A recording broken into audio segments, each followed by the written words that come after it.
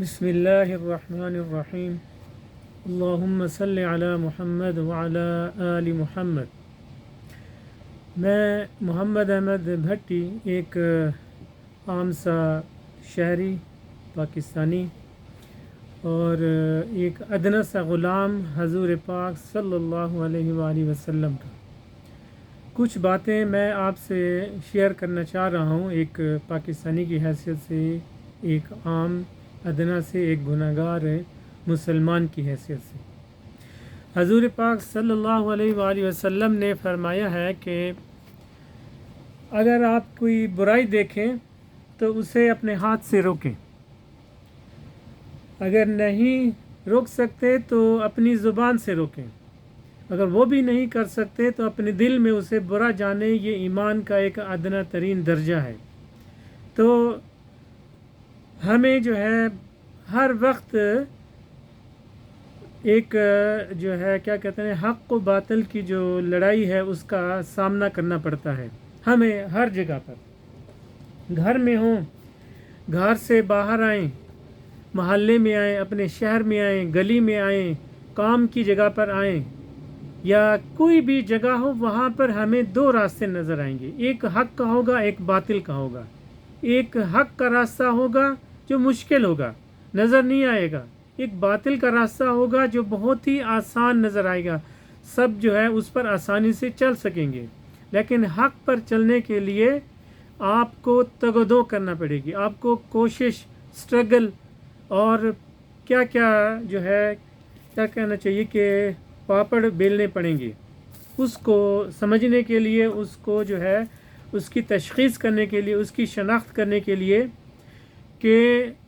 جو باطل قوتیں ہیں وہ اس طرح سے حق کو اپنے مکار طریقوں سے، اپنے مکاری کے جال بن کر اس کو پنہا کر دیں گی، حق کو چھپا دیں گی، حق جو ہے وہ ظاہر نہیں ہوگا آسانی سے۔ تو ان سب چیزوں کو کراس کرتے ہوئے، ان کو رد کرتے ہوئے، ان کا توڑ کرتے ہوئے حق کو پہچاننا ہے اور اسی حق پر عمل کرنا ہے۔ موجودہ جو سیاسی صورتحال ہے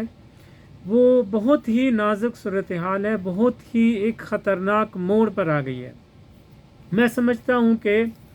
پاکستان میں 2-3 مواقع پر ایسی صورتحال پیدا ہوئی۔ ایک تو آزادی کے وقت تھی کہ سب نے کمیٹڈ ہو کر، برصغیر سب کانٹیننٹ کے مسلمانوں نے مل کر اپنے لیے آزادی حاصل کی، اور ملک پاکستان جو کہ مشرقی پاکستان، مغربی پاکستان کی صورت میں اللہ پاک نے مسلمانوں کو عطا کیا۔ اس وقت ایک بہت ہی زیادہ حساس ایک موقع تھا اور سب نے پارٹیسپیٹ کیا اور اللہ پاک نے مدد کی اور ایک جو ہے آزادی ہم نے حاصل کی۔ اس کے بعد میں سمجھتا ہوں کہ 1971 میں جو سقوط ڈھاکہ کا واقعہ پیش آیا، وہ بھی ایسی ہی ایک بہت ہی گھمبیر سی صورتحال تھی، نازک صورتحال تھی، بہت ہی سینسٹیو اور ڈینجرس صورتحال تھی، جس میں دونوں طرف کے پاکستانیوں نے، دونوں طرف کے مسلمان بھائیوں نے سچویشن کو نہ سمجھا، اس کی ایک جو خطرناک اور حساسیت تھی اس کو نہ سمجھ سکے، اور جو سیاستدان تھے ان میں اچھے بھی تھے، برے بھی تھے، تو وہ بھی اس کو نہ سمجھ سکے، اور آخر میں ہمارے جو ہے پاکستان کے 2 ٹکڑے ہوئے اور بنگلہ دیش بن گیا، ادھر جو ہے پاکستان رہ گیا۔ وہ بھی ایسی ہی کوئی حساس اور خطرناک صورتحال تھی کہ جس کو ہم سب نہ بھانپ سکے، اس کی حساسیت کو نہ سمجھ سکے، اور وہ ایک جو ہے ٹکڑا علیحدہ ہو گیا، وہ ایک علیحدہ ملک بن گیا۔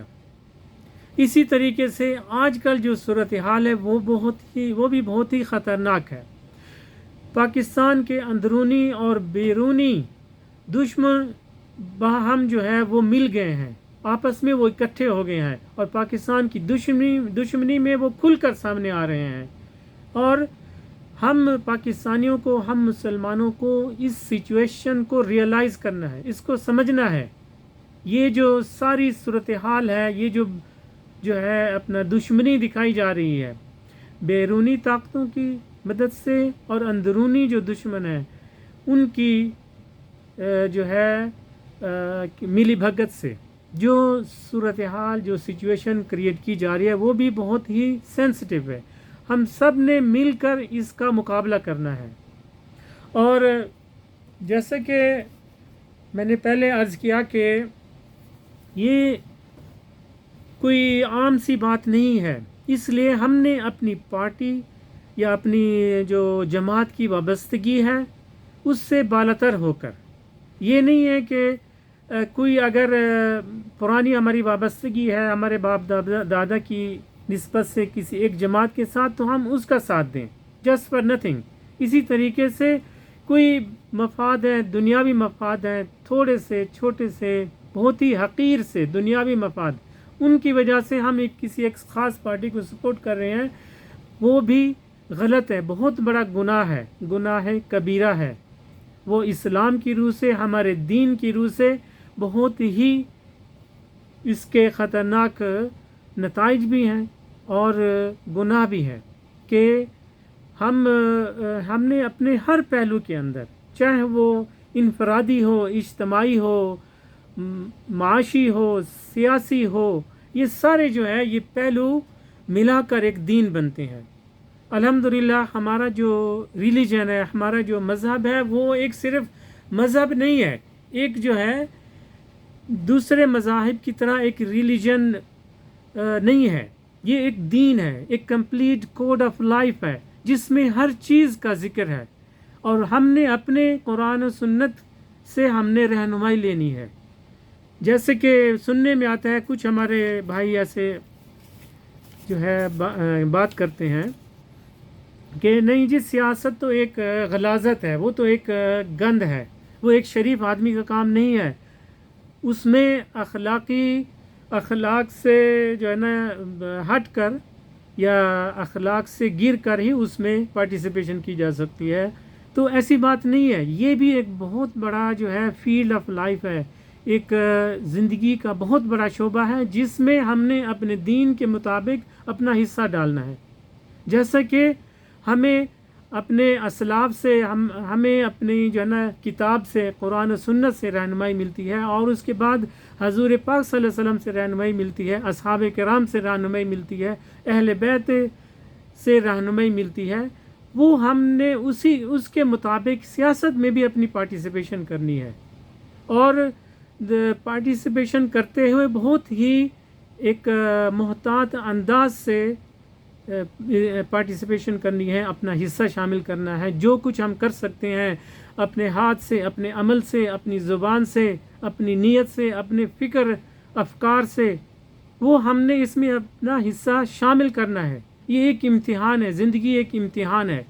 گھر کے اندر جب ہوتے ہیں تو اس میں بھی ایک امتحان ہوتا ہے، اس میں بھی ایک طرف حق ہوتا ہے، ایک طرف باطل ہوتا ہے. حق کو اپنانا ہے، باطل کو جھٹلانا ہے. ہم نے حق کو اپنانا ہے، باطل کو جھٹلانا ہے. جب ہم باہر آ جاتے ہیں، باہر جو ہے نا محلے میں آتے ہیں، شہر میں آتے ہیں، اپنے ملک میں جو ہماری جو ہے معاملات چل رہے ہوتے ہیں، ان میں بھی دو راستے ہوتے ہیں، ایک حق ہے، ایک باطل ہے. حق کو اپنانا ہے، باطل کو جھٹلانا ہے.